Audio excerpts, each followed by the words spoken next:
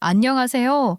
일생일대의 복수라는 것을 머리털 나고 처음 해본 30대 여자입니다. 저는 소위 말하는 평화주의자예요.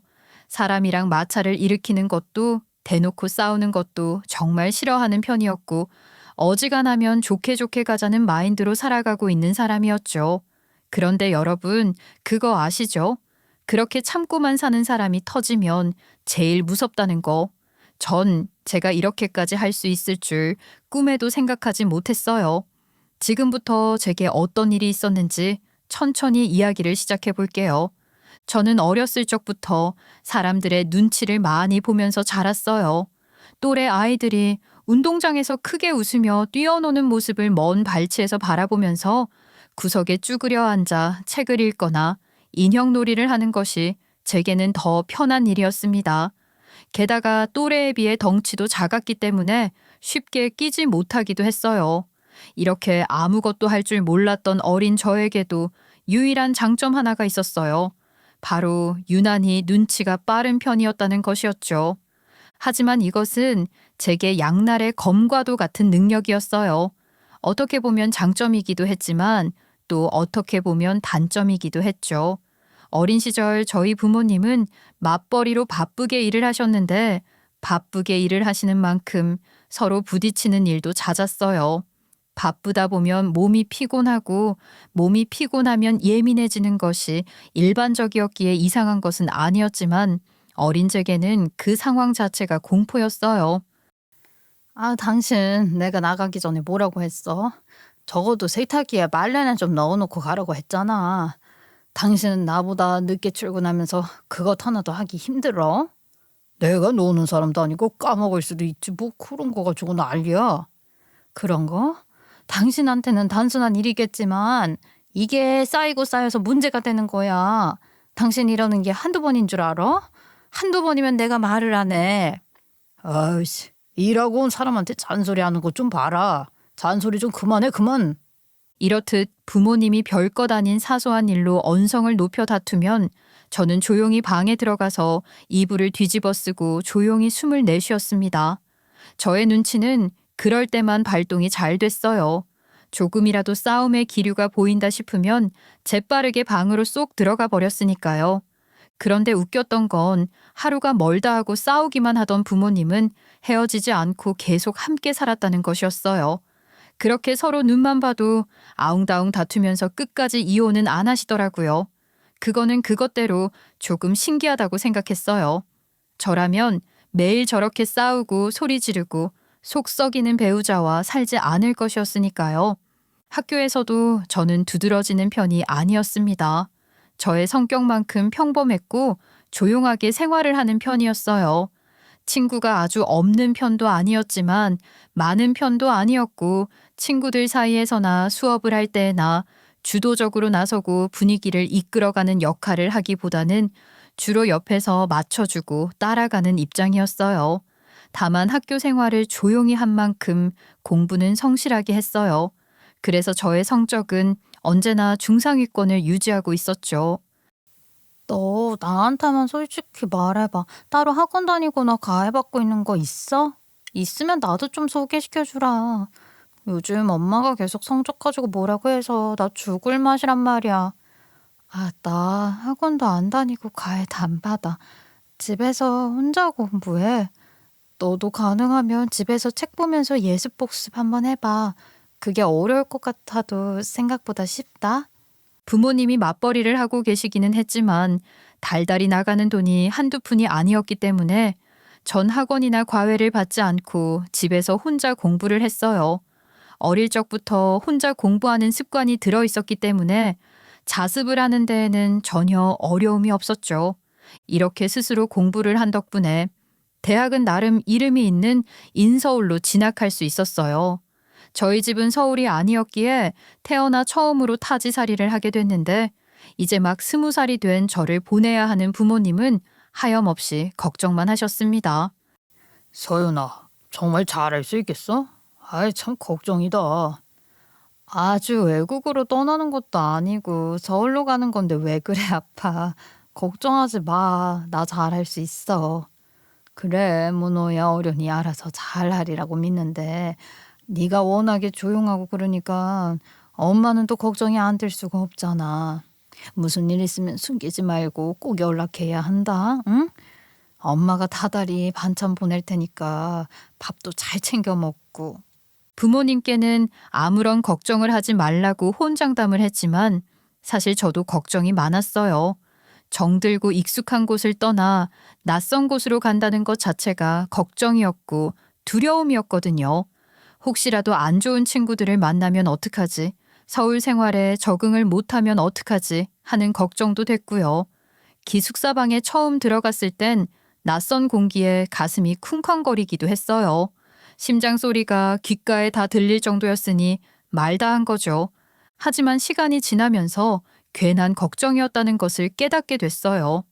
저와 같은 곳에서 올라온 친구도 있었고 기숙사 룸메이트 친구들도 모두 좋은 친구들이었습니다. 단 한 번도 남에게 저의 이야기를 털어놓은 적이 없었는데 대학 동기들에게는 편하게 고민도 털어놓을 수 있을 정도로 가까워질 수 있었어요.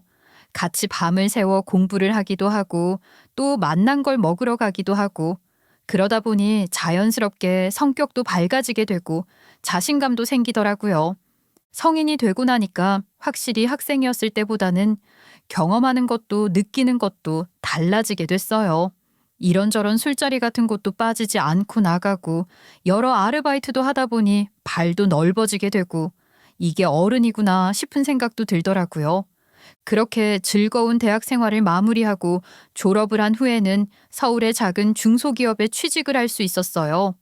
회사 건물이 조금 오래되어 항상 쿰쿰한 냄새가 풍기는 곳이었으며 심지어는 월급도 꽤 낮은 편이었지만 저는 불만이 없었습니다. 제 인생에 처음 가져보는 직장이었으니까요.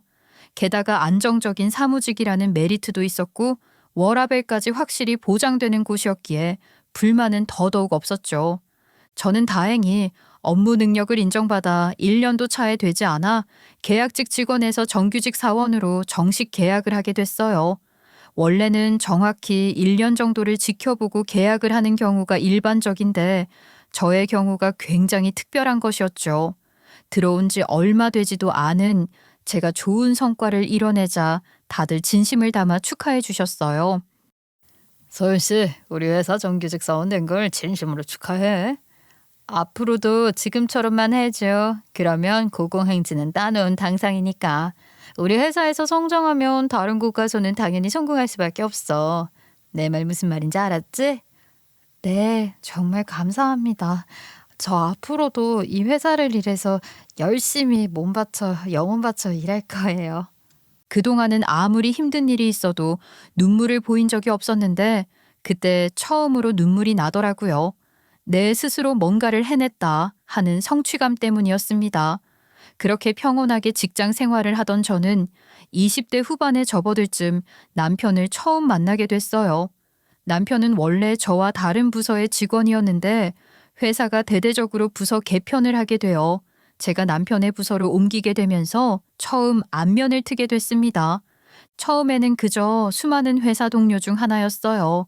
뭐 하나 특별할 거 없는 사람이었고 얼굴 보면 그냥 목례를 하는 정도가 다인 정말 말 그대로 평범한 관계였죠. 그런데 어느 날 우연히 퇴근길 엘리베이터 안에서 단둘이 있게 되면서 어색하게나마 처음으로 대화를 나누게 됐어요.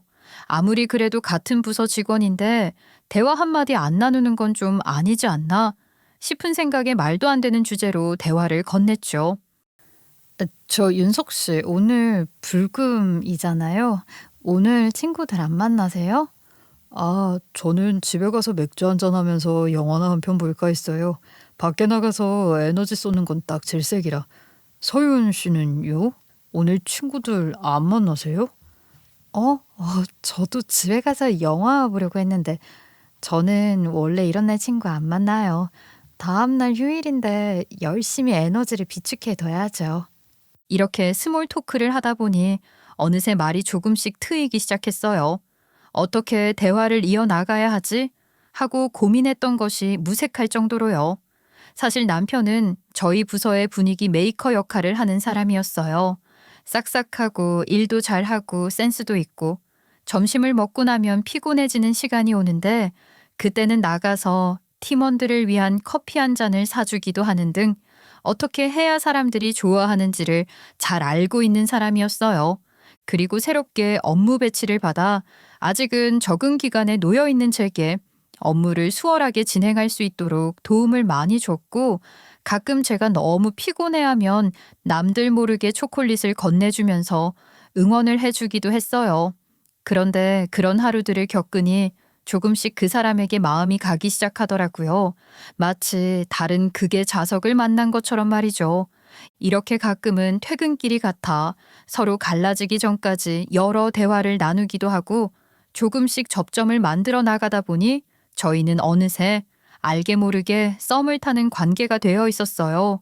20대를 벗어나 30대로 접어드는 나이에 회사 동료와 애매모호하게 사랑의 줄다리기를 하는 꼴이라니 남편과 같이 시간을 보내는 하루하루가 재미있고 즐거워서 저는 언제나 실실 웃고만 다녔어요.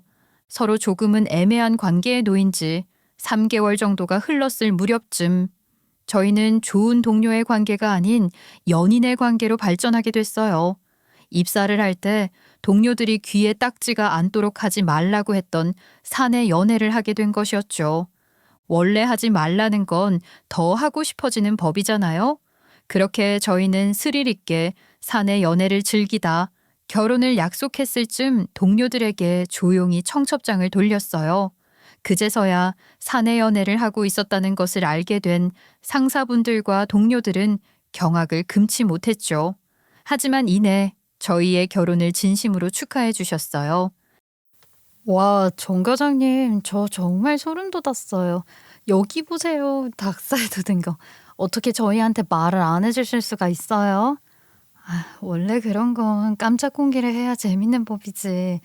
근데 우리도 숨기느라고 정말 힘들었어. 진짜 대박이다. 둘이 만나고 있을 거라고는 정말 상상도 못했네.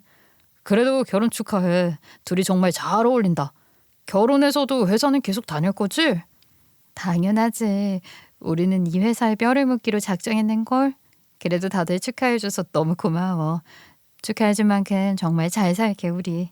저희는 과분할 정도로 많은 축하를 받으며 결혼식을 올릴 수 있었어요. 저희 부모님도 남편을 듬직한 사위로 받아들여 주셨고 시부모님도 정말 좋은 분들이었어요. 무엇보다 남편은 정말 남들이 봐도 과하다 싶을 정도로 애처가였어요. 시부모님께서 금슬이 좋다 보니 어릴 적부터 그 모습을 보고 배운 것 같았죠. 본인도 직장에서 정신없이 업무를 처리하고 힘들 텐데도 불구하고 퇴근 후 집에 돌아오면 무조건 집안일을 다 해줬고 한 달에 한 번 돌아오는 그 날마다 저를 지극정성으로 챙겨줬으며 결혼 기념일이나 생일마다 제게 깜짝 선물을 안겨주곤 했어요. 저도 워낙에 업무가 많다 보니 가끔은 특별한 날을 잊어버리기도 하는데 서운해하지도 않았고 쿨하게 넘어가곤 했어요. 그런 남편이 든든하기도 하고 고맙기도 해서 저도 남편이 제게 해주는 만큼 정말 잘 해줬습니다. 그런데 제게는 딱 하나, 정말 딱 하나의 문제가 있었어요. 다름 아닌 직장 문제였습니다. 직장 동료들과도 잘 지내고 상사들과도 별 트러블이 없어 보이는데 뭐가 문제인가 싶으실 거예요. 제가 마음에 걸리는 사람은 바로 박 팀장이었습니다. 저희 부서의 리더인 박 팀장은 사실 제 동기예요. 서로 동년배이기도 하고 또 같은 회사 직원이기도 하고 같은 시기에 입사를 하기도 했기 때문에 나쁘지 않은 관계를 유지하고 있었죠. 박 팀장은 다른 동기들 그리고 저보다도 훨씬 더 업무 능력이 뛰어나다는 평가를 받는 인재 중에 인재였어요. 저도 일 잘한다는 소리를 꽤나 듣는 편이었는데 제가 보고 인정을 할 정도였죠. 그래서 실제로 저보다 먼저 승진을 해서 팀장이라는 직급을 달게 됐어요. 와, 정말 축하해, 예진아. 아니, 이제 팀장이니까 존댓말을 써야 되겠지? 축하드려요, 박예진 팀장님. 고마워, 진심으로 축하해줘서. 하지만 그녀가 팀장 직급을 달자마자 모든 것들이 조금씩 서서히 틀어지기 시작했어요. 이전에는 보여주지 않았던 본인의 성격을 직원들에게 지시할 수 있는 자격이 생기자마자 노골적으로 드러내기 시작했거든요. 그런데 오직 저한테만 못되게 행동했습니다. 다른 직원들에게는 평소처럼 대하면서 꼭 저에게만 그러더라고요. 꼭 원수를 진 사람처럼 말이죠. 어느 날은 중요한 보고서 마감을 하루 앞둔 날에 갑자기 저한테 수십 건의 자료를 전달해 주면서 하나하나 꼼꼼히 검토해 달라고 지시했습니다. 솔직히 말이 안 되는 업무량이었어요. 이걸 어떻게 혼자 다 하나 싶을 정도로 어마무시한 양이었거든요. 게다가 보고서까지 마감을 해야 했기에 저는 박 팀장에게 정중히 이야기했어요. 저 팀장님, 저는 오늘 내일 회의에서 쓸 보고서 마무리해야 해서요. 혹시 급하지 않은 건이라면 내일까지 마무리를 해도 괜찮을까요? 무슨 말을 하는 거예요? 야근은 폼으로 있어요? 시간이 없으면 보고서를 마무리한 뒤에 야근을 하면서 검토하면 될 일 아니에요? 바쁘다 뭐다 변명하지 말고 이거 오늘 안으로 다 검토해서 내일 아침에 나한테 보고해요. 대체 왜 그러는 건지 이유라도 알면 좋을 텐데 아무리 생각을 하고 또 해봐도 박 팀장에게 원수를 질 만한 행동을 하지 않았기에 답답할 뿐이었어요. 그리고 제가 맡은 바 업무를 제대로 마무리 짓지 못하면 제가 일을 제대로 하지 않는다면서 상부에 보고하기도 했어요. 그러니까 쉽게 말해 업무 태만으로 저를 찌른 것이었죠. 제가 억울하다고 호소를 해도 아무 소용이 없었습니다. 팀을 지시하는 팀장이 업무를 대충 하는 것처럼 봤다는데 일개 과장인 제가 뭐라고 할 수 있겠어요. 팀 회의를 하는 중에도 박 팀장은 제 의견은 끝까지 들어주지도 않고 중간에 말을 끊어먹거나 반박을 하기 일쑤였어요. 다른 사람이 같은 말을 하면 수긍하면서 제가 이야기하면 꼭 시비를 걸곤 했죠. 이리 치이고 저리 치이고 마치 제가 회사에서 동네 북이 된 것만 같은 기분이 들더라고요. 야, 박 팀장 쟤 너한테만 왜 저러는 거야? 모르겠어. 진짜. 이유라도 좀 알면 좋을 텐데 너무 답답해. 내가 뭘 그렇게 잘못했지? 내가 뭐 박 팀장한테 혹시 뭐 실수한 게 있는 걸까? 너무 마음에 담아두지 마. 저런 사람들은 원래 이유 없이 만만한 사람 괴롭히고 그런다고. 어디서 들었어. 괜히 스트레스 받지 말고 힘내. 동료들과 선배들은 제 편을 들어주는 척 하다가도 결국에는 돌아서서 박 팀장의 눈치를 보면서 점점 저를 멀리하기 시작했어요. 머리와 마음이 따로 놀았던 거였죠. 저는 그런 동료들이 너무 밉고 싫었지만 제가 어떻게 할 수 있는 방법은 없었어요. 여기는 엄연히 사회였으니까요. 그렇게 여러 이유로 회사에서는 남편을 비롯해 제 편을 들어주는 사람이 한 명도 없었고 바쁘고 정신없는 업무는 모두 저의 몫이었기 때문에 지속적으로 스트레스를 받기 바빴어요. 하루하루 밀고 들어오는 스트레스 때문에 아주 머리가 터져나갈 지경이었습니다. 게다가 그 즈음부터 남편도 조금씩 달라졌어요. 바깥에서 노는 것보다는 집에 있는 걸 더 좋아했던 남편이 점점 집 밖으로 나돌기 시작한 거예요. 퇴근을 하고 오면 언제나 저를 안고 있는 것이 하루 루틴 중 하나였던 남편은 어느 날부턴가 피곤하다는 말을 입에 달고 살면서 저와 아무런 대화도 하려 하지 않았고 일을 쉬는 주말에도 아침부터 밖으로 나가서 새벽 늦은 시간에 들어오는 일이 허다했어요. 처음에는 그냥 일이 있겠거니 하고 대수롭지 않게 생각을 했는데 이런 일이 한 번도 아니고 여러 번 일어나니 나중에는 저도 짜증이 나더라고요. 전 그때부터 남편에게 한 번도 내지 않았던 짜증을 내기 시작했어요. 당신 요즘 정말 왜 그래? 평소에는 그냥 집에만 붙어 있었으면서 요즘은 왜 자꾸 틈만 나면 밖으로 나돌아다니는 건데 적어도 주말만큼은 집에 좀 있어줄 수 없어?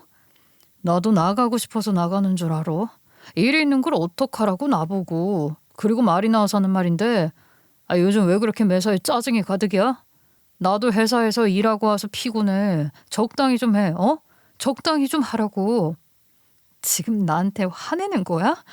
누구는 소리 지를 줄 몰라서 안 지르는 줄 알아? 한 번 시작된 싸움은 몇 시간이 지나고 나서야 겨우 잠잠해질 수 있었어요. 이런 날들이 일주일에 3번 이상은 반복됐습니다. 그냥 왠지 모르게 사람 자체가 무척이나 예민하게 바뀐 것 같은 느낌이 들었죠. 별것 아닌 거에도 무척 짜증을 내고 화를 내고 눈물을 흘리고 저도 제가 왜 이렇게 된 건가 싶었어요. 그리고 얼마 지나지 않아 예민함의 이유를 알게 됐습니다. 저희 부부에게 아기가 찾아온 거였어요. 갑작스러운 호르몬 변화로 인해 계속해서 날이 서 있던 것이었죠. 남편은 이 사실을 알고 언제 화를 냈냐는 듯 무척이나 기뻐했고 주변 사람들도 모두 축하를 해줬어요. 저와 가까이 지내던 사람들은 저희 부부가 얼마나 아이가 찾아오길 기다려왔는지 알고 있었거든요. 그런데 저의 임신 사실이 회사에도 알려졌을 쯤부터 저를 향한 박 팀장의 괴롭힘은 점점 더 노골적으로 변하기 시작했어요. 팀 회의를 하던 중에는 대놓고 저를 보고 한숨을 쉬면서 제 앞에 서류를 쾅소리 나게 내려놓으며 이렇게 이야기를 하더군요. 정 과장, 지금 다른 생각하고 있죠? 요즘 영 업무에 집중을 못하는 것 같은데 팀의 리더로서 참 보기 불편하네요. 네? 아유, 무슨 말씀이신지. 회의 계속 집중해서 참여하고 있었습니다. 거짓말 치지 좀 마. 내가 졸고 있는 거 다 봤는데. 임신했다고 봐준다거나 그런 거 없으니까 정신 똑바로 차리고 업무에 집중해요. 이렇게 팀원들 앞에서 대놓고 면박을 주는 것도 모자라 점심시간에도 쉬지 못하게 일거리를 몰아주곤 했어요. 게다가 퇴근 시간 직전에 일을 몰아주면서 다른 직원들은 퇴근을 하라고 하고 저 혼자 야근을 하라고 지시를 한 적도 있었어요.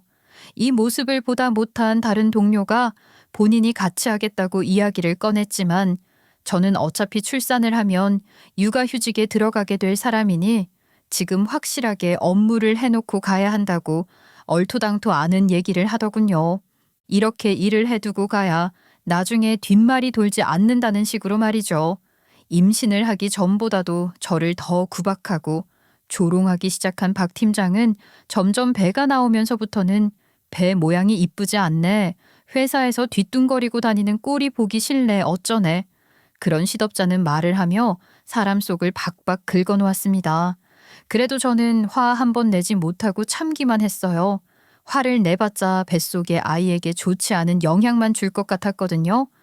남편은 그런 저의 속도 모르고 여전히 집에 늦게 들어왔습니다.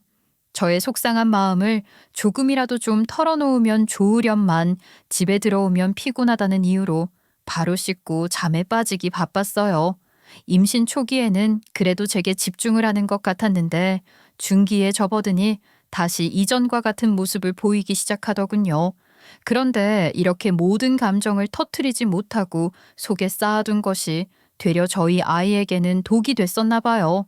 임신 5개월에 접어들던 무렵 극심한 아랫배 통증으로 인해 급히 응급실에 실려간 저는 아이와 작별을 하게 됐어요. 극심한 스트레스 그리고 과로가 원인이었습니다. 얼마나 기다리던 아이였는데 이름까지 다 지어놨는데 그토록 기다렸던 아이를 지켜주지 못한 그 죄책감이 정말 어마무시한 크기로 확 밀려오더군요. 내가 조금만 조심했더라면, 내 감정을 스스로 잘 조절했더라면 이런 일 따위는 일어나지 않았을 텐데 하면서요. 그날 저는 응급실이 떠나갈 정도로 크게 목 놓아 엉엉 울었어요. 주변에는 다른 환자들도 있었지만 저의 사정을 얼추 옆에서 들은 건지 그 누구도 제게 시끄럽다는 말 한마디 하지 못했어요. 그렇게 허무하게 아이를 떠나보낸 저는 회사에 휴가를 낸 후 침대에 누워 한 발짝도 움직이지 않았어요. 매일같이 침대에 누워 창밖만 멍하니 바라보았고 물 한 모금 밥 한 숟갈도 제대로 삼키지 못했습니다. 낮에는 그렇게 허무하게 시간을 보내고 밤에는 떠나간 아이 생각에 밤잠을 제대로 이루지 못하고 우는 것, 그것이 저의 하루 일과였어요. 예상도 하지 못한 갑작스러운 작별이 제게는 그 정도로 큰 충격이었습니다. 하지만 남편은 제가 이 모양 이 꼴이 됐음에도 불구하고 여전히 달라진 것이 없었어요. 예전 같았으면 제 옆에서 병간호를 해주면서 한 발자국도 떨어지지 않았을 텐데 제가 아프던 말던 울던 말던 주말에도 업무를 해야 한다. 평일에는 야근을 한다는 핑계를 대면서 새벽에 들어오는 것이 일상이었습니다. 그냥 밖으로 놔두는 것에 급급했기에 저는 그런 남편이 차라리 집에 들어오지 않았으면 좋겠다는 생각이 들 정도였어요. 변해버린 남편을 보면 볼수록 저의 마음은 갈갈이 찢어지는 것 같았어요. 나중에는 그토록 기다리던 아이가 떠나가 버려서 다른 여자에게 눈이 돌아갔나 하는 의심까지 들더라고요. 그래서 결국 이전처럼 남편과 싸움을 하기 시작했어요. 당신은 내가 이 꼴이 됐는데 매일같이 늦게 들어오고 싶은 생각이 들어? 당신 솔직히 말해봐. 맨날 일 생겼다 야근한다고 나한테 거짓말치고 뭐 딴 여자랑 붙어먹고 오는 거 아니니? 좀 솔직해져 봐. 지금 그걸 말이라고 하는 거야? 어? 당신 지금 상태 안 좋은 거 알겠는데 아무리 그래도 말은 좀 가려서 해라. 나 지금 충분히 참고 있고 충분히 말 가려서 하고 있다고 생각하는데 그리고 이런 말을 듣기 싫으면 의심받을 행동을 좀 하지 마. 내가 이런 말 하게끔 당신이 만들었잖아. 내 말이 틀렸어? 틀렸으면 뭐라고 말을 좀 해봐. 남편은 더 이상 제게 참아주지 않았어요. 이후로 저희의 싸움은 완벽한 개싸움이 됐습니다. 점점 부부 사이가 아니라 왼수가 되어가고 있다는 느낌이 들었어요. 그렇게 남편과의 사이가 멀어지고 있을 즈음 휴가 기간이 끝나고 회사로 다시 출근을 했습니다. 출근을 하는 발걸음이 청은망은 무겁기만 하더라고요. 가서 박 팀장 얼굴도 봐야 하고 남편의 얼굴도 봐야 하고 업무를 하는 내내 가시방석에 앉은 기분이 들 것만 같았어요. 그래도 저의 소식을 들은 동료들이 제 자리로 다가와서 많이들 위로를 해줘서 조금이나마 마음이 편해질 수 있었어요. 다들 티는 내지 않았지만 은연중에 박 팀장 때문에 제가 아이를 떠나보내게 된 것을 알아차린 눈치였습니다. 하지만 이전에도 말했던 것처럼 여기는 회사였고 엄연히 사회였기에 개인적인 일과 업무는 별도로 구분을 해야 했어요. 그래서 저희 팀원들 모두는 저와 박 팀장의 관계 개선을 위해 엄청나게 노력을 해줬어요. 정말 눈물 나는 노력이었죠.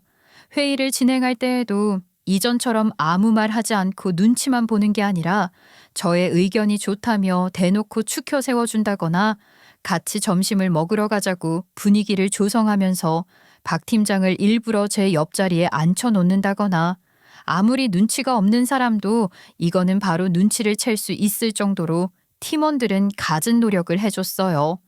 하지만 팀원들의 피나는 노력이 무색할 정도로 박 팀장과 저의 관계는 제자리 걸음이었어요. 박 팀장도 저도 누구 하나 관계 개선을 위해 노력할 의지를 보이지 않았죠. 나빠진 관계로 지내온 날들이 길었기에 쉽게 개선이 되면 그게 더 이상한 거긴 했지만요. 그러던 어느 날 여느 때와 다름없이 업무를 보고 있는데 동료 한 명이 제게 슬쩍 다가와 귓속말을 건네는 겁니다. 정 과장, 내일 박 팀장 집들이 갈 거지? 응? 무슨 소리야? 집들이라니. 정 과장 이야기 못 들었어? 박 팀장이 이사 갔다고? 우리 팀원들 내일 다 집들이 오라고 초대했는데. 나한테는 아무 말도 안 했어. 우리 신랑도 나한테는 아무 말 안 하던데. 뭐 나만 빼고 초대한 건가 보네. 아이, 그럴 리가 있어. 그냥 깜빡한 거겠지. 정 과장도 내일 우리랑 같이 가자. 내가 거기를 왜 가? 초대받지 않은 손님인데.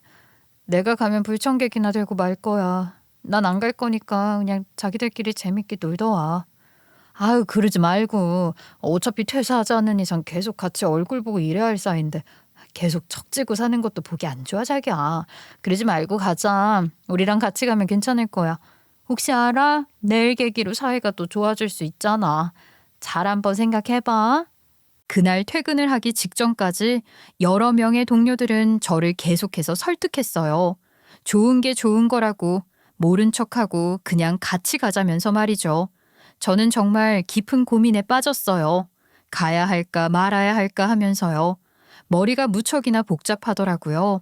초대받지 않았는데도 뻔뻔하게 찾아가는 저의 모습이 너무 싫었지만 언젠가 한 번은 직접 부딪혀야 한다는 생각도 들더군요.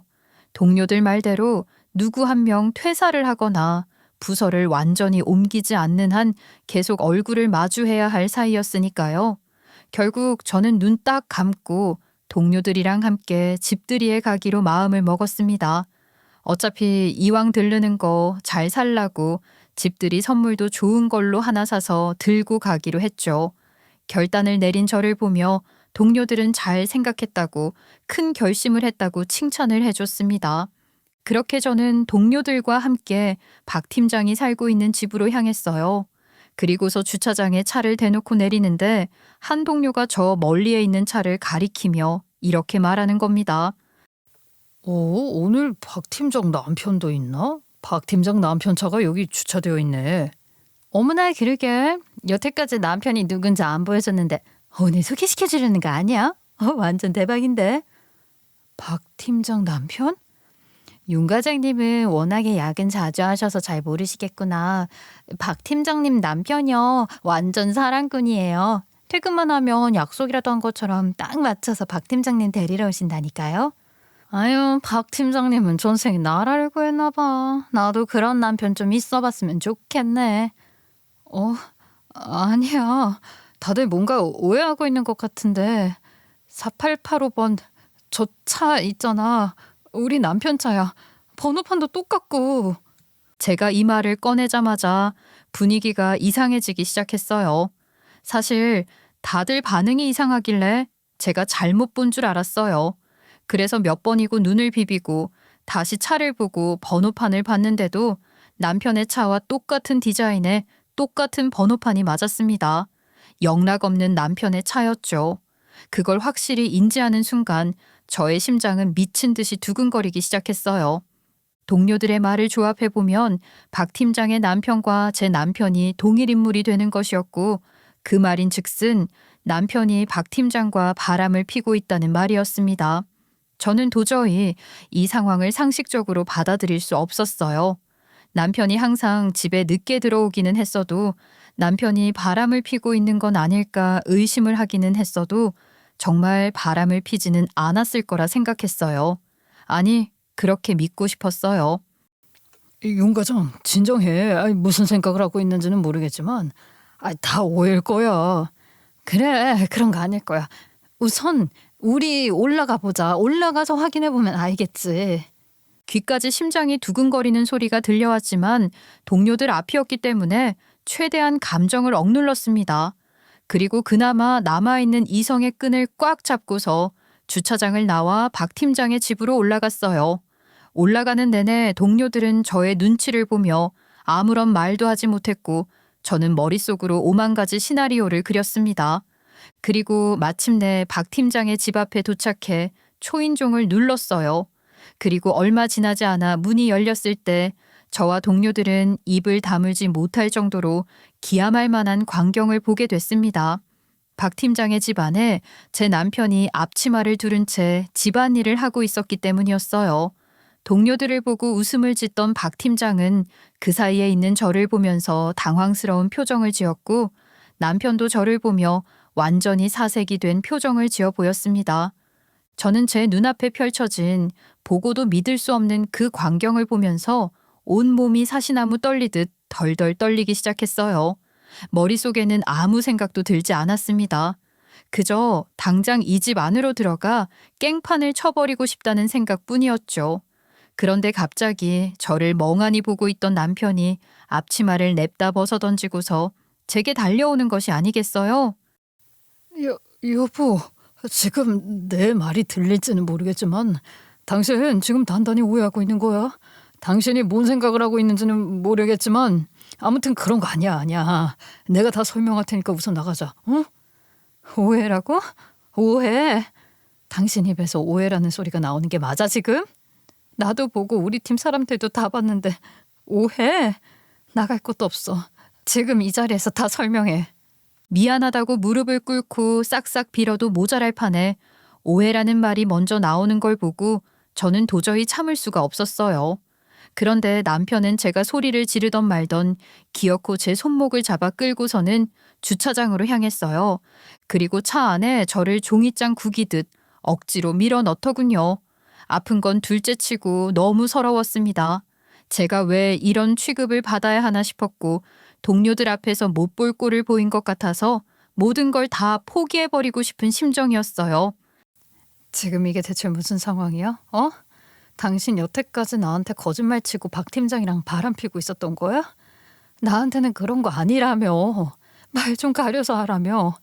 내가 의심했던 게 맞았잖아. 입이 있으면 뭐라고 말이라도 좀 해봐, 어? 미안해. 정말 미안해. 충분히 오해할 수 있다고 생각해. 하지만 하늘의 맹세코 절대로 박 팀장이랑 바람핀 게 아니야. 사실 모든 게 당신을 위해서 그런 거였어. 남편은 목소리를 한번 가다듬더니 이내 충격적인 이야기를 늘어놓기 시작했어요. 남편은 박 팀장에게 저를 더 이상 괴롭히지 말고 좀 잘 봐달라고 부탁을 했다고 했어요. 남편 된 사람으로서 와이프가 고통받고 극심한 스트레스에 시달리고 있는 모습을 지켜만 보는 것이 너무 마음이 아파 그런 선택을 할 수밖에 없었다고 하더군요. 그런데 박 팀장은 그런 남편의 진실된 마음을 악용했어요. 그것을 빌미 삼아 본인의 비서처럼 남편을 부려먹기 시작한 것이었죠. 당신이 잘해야 당신 와이프가 더 이상 고통받지 않는다라고 하면서 퇴근을 하고 나면 자신을 집 앞까지 데려다 주는 것은 물론이고 자기 집의 설거지와 음식물 쓰레기 처리, 집 청소까지 옵션으로 요구했다고 했어요. 날 괴롭히지 않는다는 조건으로 그걸 당신한테 다 시켰다고? 처음에는 하고 싶지 않았지. 내가 왜 이런 일까지 해야 하나 싶었거든. 근데 내가 하지 않겠다고 말하면 혹시라도 당신이 더 힘들어질까 봐 걱정이 돼서 내 몸이 힘들더라도 묵묵히 다 견뎌냈던 거였어. 불만 한마디 없이. 그래서 매일같이 새벽에 들어오고 그랬던 거고? 맞아. 솔직하게 말하지 못해서 미안해. 나도 너무 힘들고 지친 상태에서 당신까지 나를 의심하니까 나도 모르게 화가 나서 당신한테 화도 내고 소리도 치고 그랬던 거였어. 그러지 말았어야 했는데. 그리고 여기서 한 가지 알게 된 충격적인 사실이 하나 더 있었어요. 다름 아닌 박 팀장이 1년 전 이혼을 했다는 것이었습니다. 그런데 회사 사람들에게는 자존심 상한다는 이유로 이혼녀인 것을 알리고 싶지 않아 했고 그런 이유로 얼굴을 보여주지 않고서 남편을 자신의 남편이라고 동료들에게 칭하고 다닌 것이었어요. 저는 그걸 하나하나 다 들으면서도 도저히 남편의 말을 믿을 수가 없었습니다. 정말 바보 천치가 아니고서야 저걸 어떻게 다 해주고 있었던 거며 그 과정에서 어떠한 스킨십도 없었다는 게 믿기지가 않더라고요. 그래서 저는 남편에게 바람을 피우지 않았다는 정확한 증거를 제시하라고 했습니다. 그랬더니 남편은 당장에 알겠다며 제 손에 본인의 스마트워치를 쥐어주더군요. 남편은 평소에 스마트워치에 있는 녹음 기능을 켜고 다니는 습관이 있었는데 이 안에 박 팀장과 나눈 대화와 평소에 있었던 일들이 모두 녹음되어 있다며 정 믿지 못하겠으면 이 안에 있는 음성 파일들을 모두 들어보라고 자신 있게 이야기했습니다. 만약 내가 이걸 전부 다 들었는데 당신이 거짓말한 거면 어떡할래? 당신이 말해. 책임질 수 있어? 만약에 내가 박 팀장이랑 바람 폈다는 정황이 조금이라도 보인다면 그땐 두말 않고 당신이랑 이혼할게. 그렇게 저는 우선 음성 파일을 다 들어보고 판단을 해보자 하는 마음으로 한 달이라는 시간에 걸쳐 남편이 녹음한 모든 음성 파일을 들어봤어요. 그 음성 녹음을 다 들을 때까지 저는 회사에서 정말 아무렇지 않은 척하며 다녔습니다. 저의 눈치를 보는 것은 오직 동료들과 박 팀장뿐이었어요. 다만 저는 누군가 그날 본 것에 대해 언급을 하더라도 철저히 모른 척을 했습니다. 거기에 대해 어떤 답도 하지 않았고 박 팀장이 그 일에 대해 제게 이야기를 꺼낼라 치면 아예 자리를 떠버리고 말았어요. 다른 직원들과도 이야기를 하고 싶지 않았지만 박 팀장이랑은 더더욱 그 일에 관해 얘기를 나누기 싫었거든요. 그리고 마지막 녹음본까지 듣고 나서야 저는 깨달을 수 있었어요. 남편의 말이 맞았다는 것을요. 남편은 박 팀장과 바람을 피고 있었던 것이 아니라 속된 말로 종 노릇을 하고 있었던 것이었어요. 오직 저 하나 때문에 자존심까지 모두 내려놓고 박 팀장에게 한없이 이용을 당했던 거죠. 그리고 결정적으로 박 팀장이 회사 돈을 슬쩍 횡령하고 있었다는 사실도 녹음본을 통해 새롭게 알 수 있었어요. 그것도 본인의 손을 거치지 않고 남편을 통해 대신 비리를 저지르고 있더군요. 거래처에 물품 단가를 부풀려서 작성하고 회사에 제출하는 거래 명세서는 원래 금액으로 작성한 다음 차액을 자기 통장으로 입금시키고 있었으며 남편을 시켜 법인카드를 받아와 본인이 개인적으로 사용한 다음 남편이 혼나게 만드는 등의 만행을 아무렇지도 않게 저지르고 있다는 걸 알게 됐어요. 정말이지 소름이 쫙 끼치더라고요. 더불어 녹음본을 듣다가 박 팀장의 전 남편 연락처를 알게 됐어요.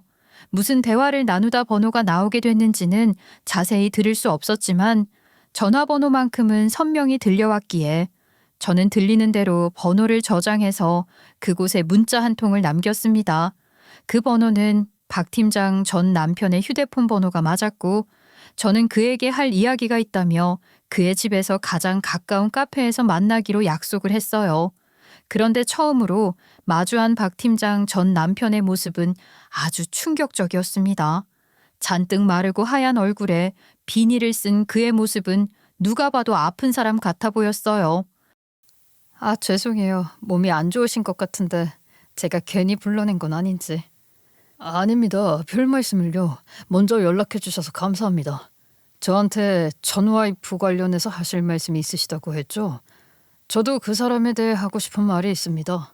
그는 박 팀장이 얼마나 영각한 사람인지에 대해 저에게 하나부터 10까지 낱낱이 이야기를 해줬어요. 그는 벼랑간 희귀병에 걸려서 수술을 받은 다음 앞으로도 계속해서 치료를 받아야 했는데 박 팀장은 그 사실을 듣자마자 보험금을 타먹을 생각부터 했고 그의 명의로 한 푼이라도 더 받아낼 구멍이 없는지에 대해 열심히 파헤치기 바빴다고 하더군요. 그리고 환자는 채무를 지게 되더라도 변제할 능력이 없다면 회생이나 파산 제도를 활용할 수 있음을 확인하고서 그의 진단서를 이용해 그를 대신해서 여기저기 대출을 받고 다니기도 했다는 말을 듣고서 경악을 금할 수가 없었어요. 자신의 남편이 희귀병을 진단받았는데 어떻게 그런 짓부터 먼저 할 수 있었는지 이해가 되질 않았습니다. 그 여자 덕분에 저는 한순간에 억대 빚쟁이가 되어버리고 말았어요. 변제할 능력도 없어 개인 파산 신청을 하게 됐어요. 지금은 완벽한 신용불량자 상태라 어떤 금융활동도 하지 못하고 부모님 도움 받으면서 겨우겨우 살아가고 있습니다. 정말 제 귀로 듣고도 믿을 수가 없네요. 사람의 탈을 쓰고서 어쩜 그렇게 개만도 못한 짓을 한 건지 많이 힘드시겠어요. 처음에는 힘들었는데 차라리 이렇게 된 게 다행이라는 생각도 들어요. 제가 이혼을 하지 않았다면 그 여자는 더한 짓도 했을 것 같거든요. 그리고 혹시 몰라서 이것들을 좀 챙겨봤어요. 그 여자가 여기저기 제출을 하고 다닌 서류들인데요. 이 중에는 조작된 것도 있고요.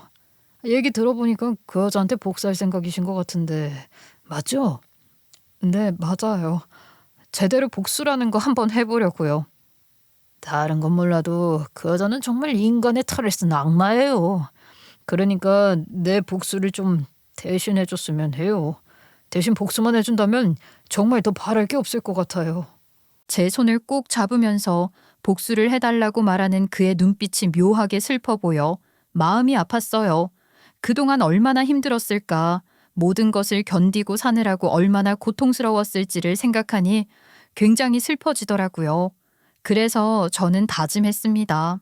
그의 마지막이 될 수도 있는 부탁을, 그의 소원을 들어주기로 말이죠. 우선 저는 스마트워치에 담겨있는 모든 녹음본들을 하나하나 부분 녹취를 딴 다음 전체 파일로 합쳤습니다. 그리고 날이 밝자마자 곧장 사장님께 찾아가서 다이렉트로 보고를 드렸어요.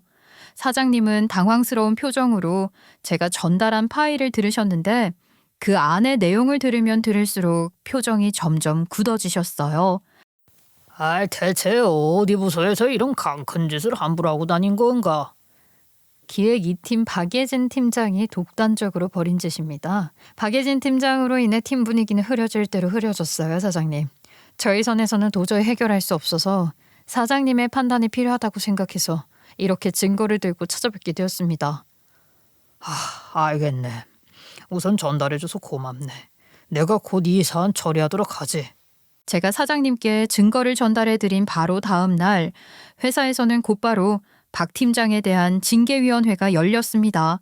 그날로부터 박 팀장이 이 회사를 다니면서 저질러온 모든 일들이 만천에 까발려지게 됐죠.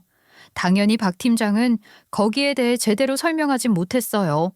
이사님의 말에 따르면 물어보는 말에도 제대로 대답을 하지 못하고 어물쩍거렸다고 하더군요. 정말 한심했습니다. 본인 스스로가 책임지지도 못할 행동들을 대체 왜 한 건가 싶기도 했고요.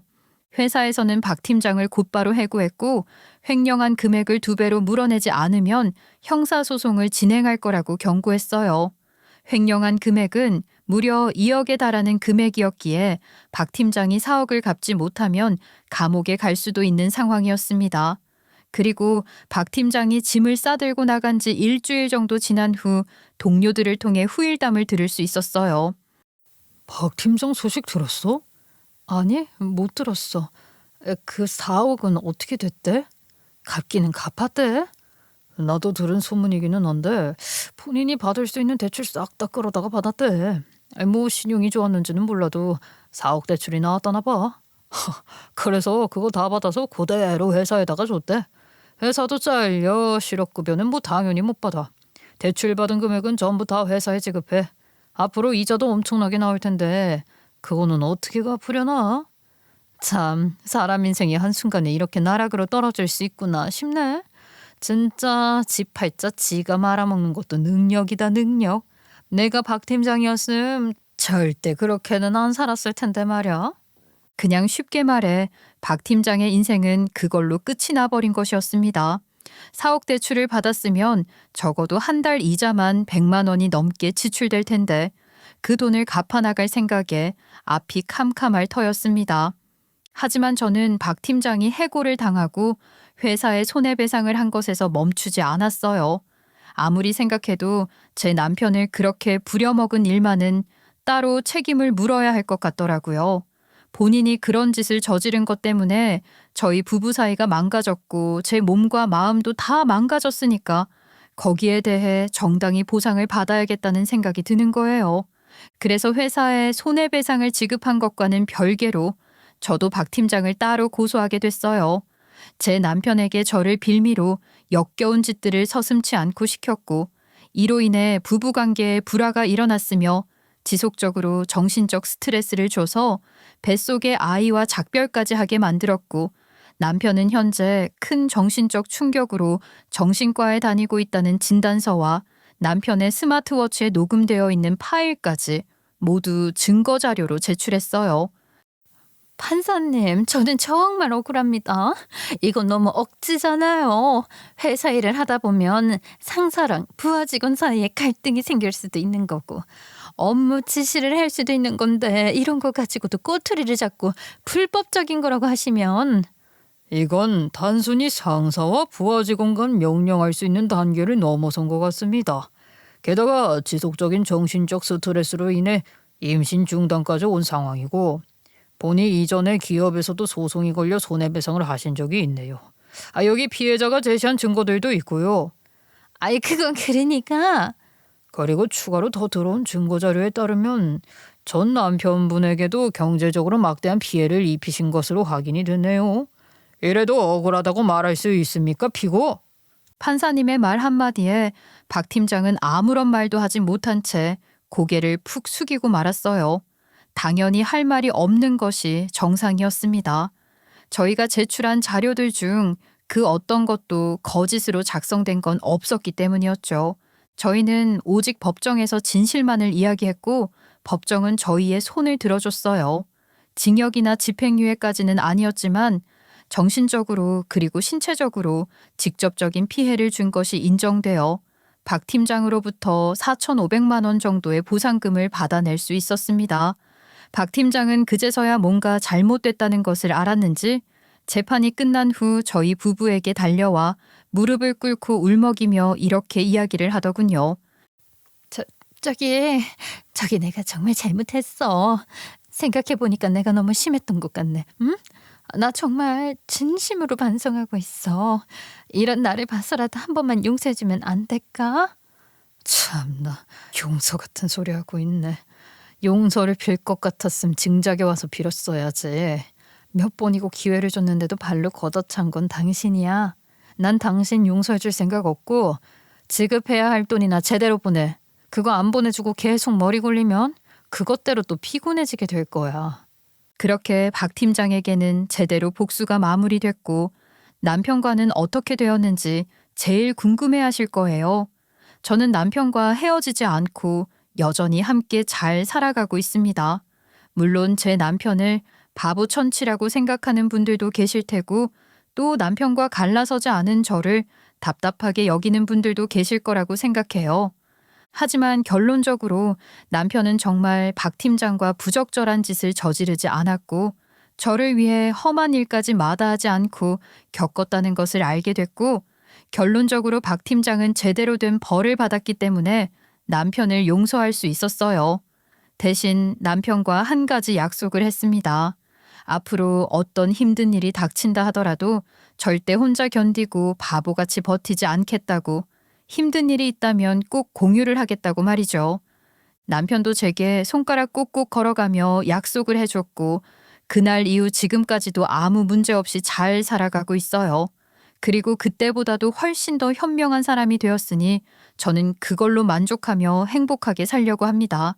제 사연은 여기까지입니다. 끝까지 들어주셔서 진심으로 감사합니다.